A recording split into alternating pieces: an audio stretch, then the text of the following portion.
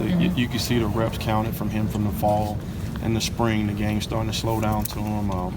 His body is different. He done got that college weight put on the right way. And, the stuff that you worried about earlier, like shying away from contact, he's starting to take that on, like blocking and breaking tackles and what you want to see from a second-year player. I think he's like 210 or so right now. He's 210. He's learning how to carry that weight. He's still got his quickness, so Deej will get him right this summer, work on the speed, because I think he's at a good place between 205 and 210 ready to carry. It's going to be good for him long term. Yeah.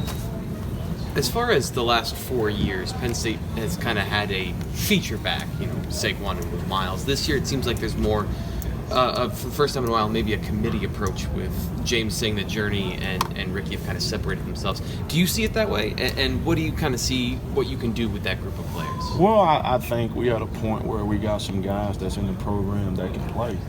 We was a little depth deprived a little bit last year. Even last year, you didn't know what Miles was going to do until Miles took over. So, so there's discretionary in there. We got two guys that we feel really good about. We got a young guy starting to grow up. That's why getting him in early is going to help.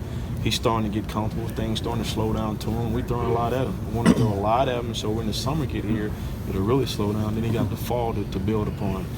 Journey has really been a pleasant surprise. He's taking that next step. I think the confidence that didn't play a lot, but got in the game enough to know that we believe in him, and now it's starting to show out here on the field because he can make us different. His speed is game-changing. When he learned how to trust himself as a player, he can be special for us. And again, Ricky just continue to develop and get better as we go. What does a Journey have to do, like you said, to trust himself? Does that just come with time, or is there any? Well, I think understanding his assignment and just going and play. Like, he know what he's doing. Sometimes that old moment, that deer in the headlight moment, now he's starting to get rid of that. Now he's starting to play with confidence. He's starting to know where he's supposed to line up as the play coming in and not depend on the quarterback. So it's like being a freshman last year to now being an older guy. He's starting to mature and really starting to take off and have some ownership toward what he's doing. You spent, I think, at least 3 years maybe recruiting Noah Cain for one team or another. To get him here on a college campus, get a few months, has he kind of met those expectations that you had in place back when he was a sophomore in high school, the first time you started to get to know him? Yeah, I think, like all those kids that's highly recruited, a lot of them come in with expectation they're going to start right away, and I think it kind of hit them in the face. Like this Penn State, it's going to be hard to come in and play right away without history at running back, and now he's starting to fit in. The biggest thing for those guys is just enjoy the process. Sometimes we put so much pressure on ourselves because we think NFL right away. Let's be honest, that's what these kids living in is I got to be an NFL 3 and out. So now he can take a deep breath and relax and learn from the older guys and enjoy the brotherhood. And now as he's doing that, he's starting to play better. The pressure's off of him. It's okay to make a mistake. Come back the next play and play the next play. You know what I mean? So it's like baby steps with him. You got the training wheels on, and eventually going to take him off of him.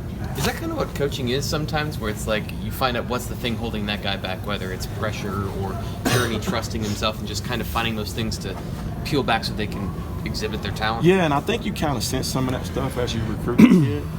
But I think the great coaches that does a good job with their guys are the ones who build a relationship, that you get the feel of that away from the program, like spending time away from the building with those guys and kind of talk to them. Sometimes as coaches, we don't listen enough. We always talk and we always coach them, but sometimes the best thing we can do is listen and hear what they're saying and taking in what they're saying and count. Now, okay, this is what is going on. Now let's fix it. Now this is why this happened, so now I can show you what you're doing wrong or right and kind of help bridge that gap. Looks like you've taken on that DJ role. What's the story behind that? Hey, we lost some people, so I got to fill in. Hey, wear many hats, Whatever it takes to make that recruit happy in that room, I'm going to do. Would you like to see that your guys get maybe a little bit more involved in the pass game this year? Absolutely. And I think we all do.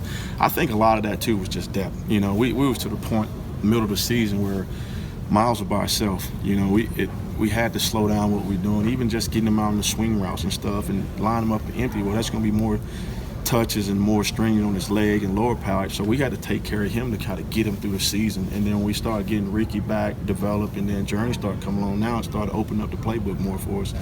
Because we tried to do a lot of that in the Ohio State game, put him in the empty, try to get those matchups. And that's stuff that we was going to really build on this offseason. But he's gone to the next level, which we happy for him. I think he made the right decision long term, and we're going to do it with these young guys. And he's starting to do a lot of that right now in the spring. We're ahead of where we were last year at this part installing. A lot of people, when they say back by committee, I think there's kind of maybe different interpretations of it. but you like to have a fresh back, I think, historically, right? I do. I think if you watch me or my history coaching running backs for 9 years, I think it's something about getting those guys in there and keeping them fresh, because I think a fresher back in the fourth quarter is better than a back that's tired in the fourth quarter. And if you got multiple guys, I think this season is so long. That's a lot of wear and tear on the guy. You know, them guys get pounded so much where it's blocking, helping the O-lineman on the chip block, running the route, running the ball. I mean, it's a lot of accumulation of miles on them. So the fresher we can get those guys toward the end of the season, the better I think we're going to be in the later months when you really have to lean on the backs because the weather changing. We want to pound the ball a little more. So keeping those guys fresh I'm a big believer in that. And I think we need to evolve more to that. We haven't done that enough, I don't think. You know, even with Saquon and Miles. And even last year we tried to get into that. Then we had some couple of nicks here. We got away from it a little bit. What's a recruiting trip to South Florida, Muck City, like for you? Is it essentially just a bunch of reunions with longtime people you've known, or you're wearing the Penn State gear now, but I know you've been through those hallways and other programs, other logos.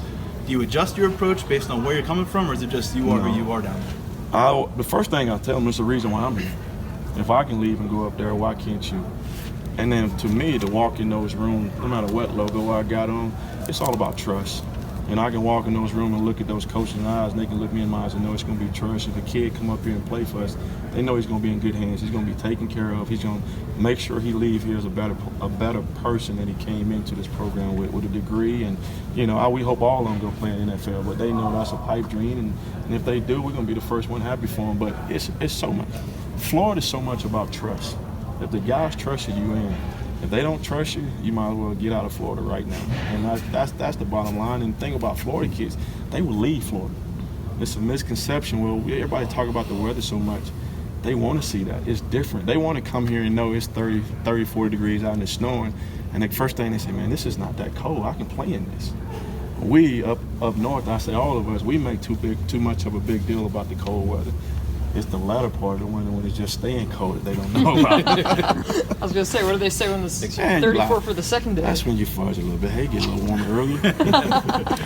What does Noah need to do maybe to close the gap on your top two guys between now and maybe the end of August? What does he need to improve It's on? too early. It's a lot of reps.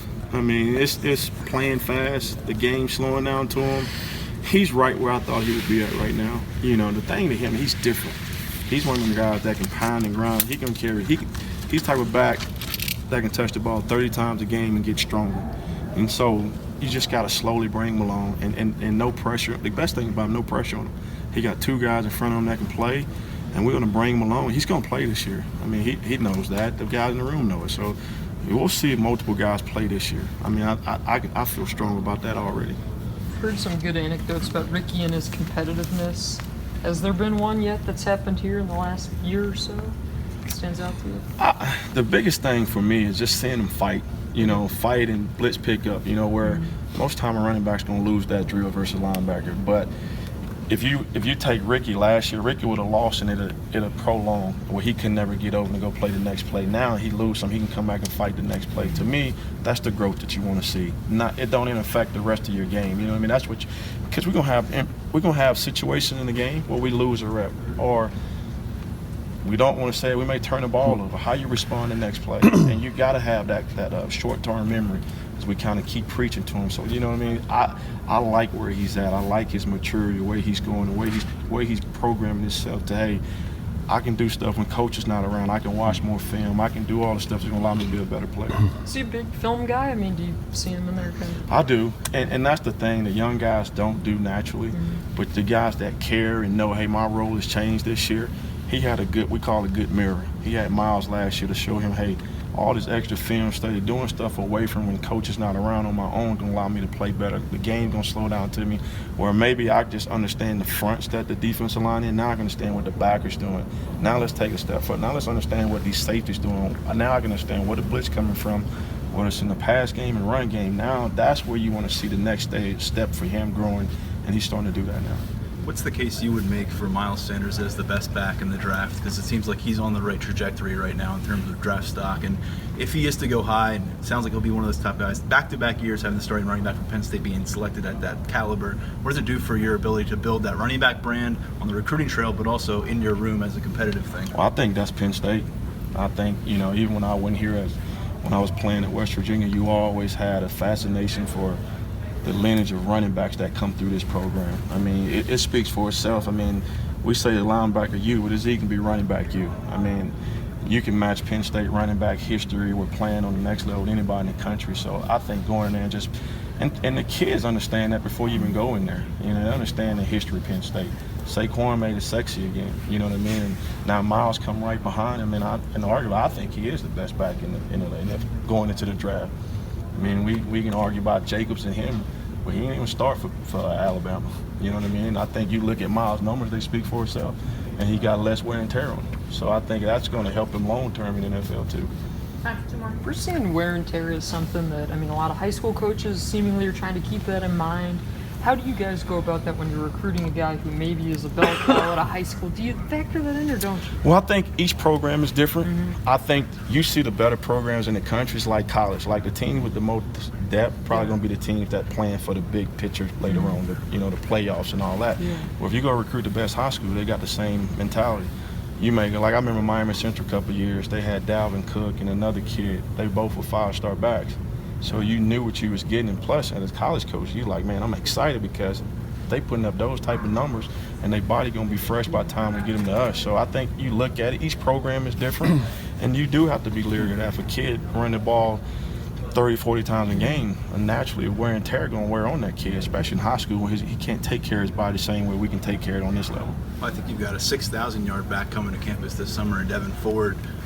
Not really on that conversation, but what are you doing with Deon to make sure he's in the loop, getting ready? I know he's probably chomping at the bit, wishes he was involved right on the field right now. We have regular communications. He got his iPad, so he can go in and watch every install we have and every practice, and he'll hit you back with a bunch of notes. What are we doing versus this protection? What are we doing on this run? So he's a student of the game. He's naturally smart in the classroom, so he pick up things a lot faster than a lot of guys I've been around. I think he's going to challenge me well in that classroom, and I'm really excited about that because he's eager. He got a lot of Saquon mentality. Like, they don't know how good they are because they always ask him questions. How can I get better? How can I do this? And them the guys you're really excited about coaching because they never feel like they got it all. They always continue to learn. Thank you. Thank you. Thanks.